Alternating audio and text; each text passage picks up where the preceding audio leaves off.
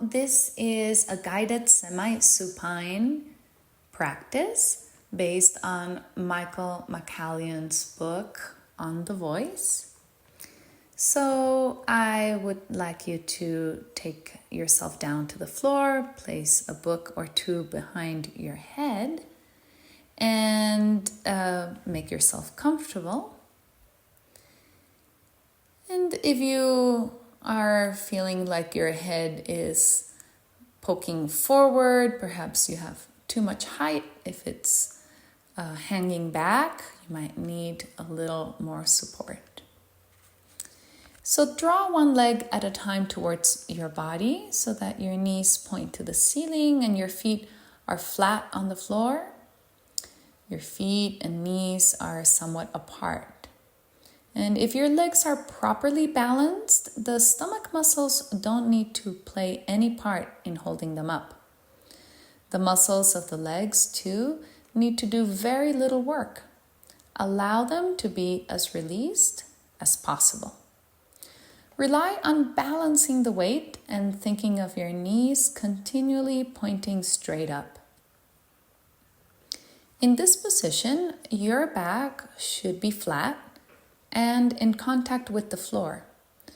But you may find that although your back is flatter than before, you still have no contact with the floor at the small of your back or perhaps under your shoulders.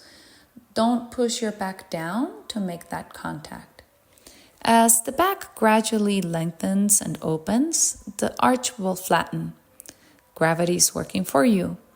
And eventually, over the course of your work sessions, the whole back will be on the floor.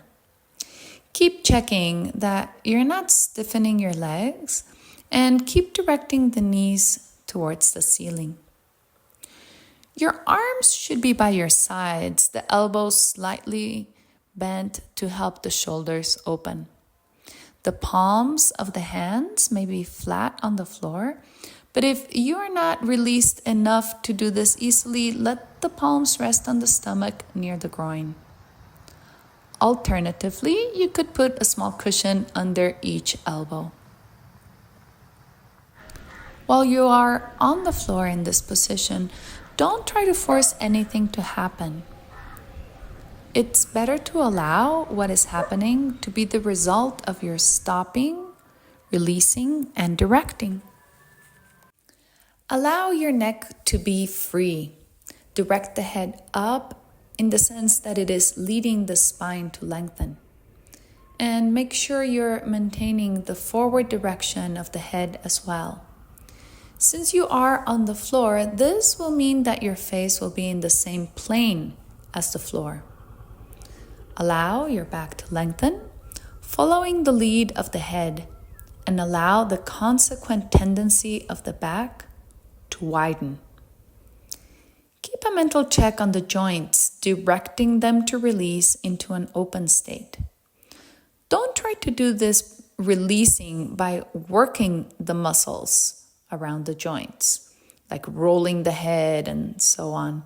You should have a sense that you are allowing things to happen rather than making them happen. Properly performed, this process leaves you feeling wide awake and energetic. If you find you're becoming drowsy and flaccid, it is likely that you are losing your sense of direction and drifting into a state of collapse or over-relaxation. So you can stay here for as long as you like, and I just want to remind you that you want to roll to one side when you're ready to come off the floor.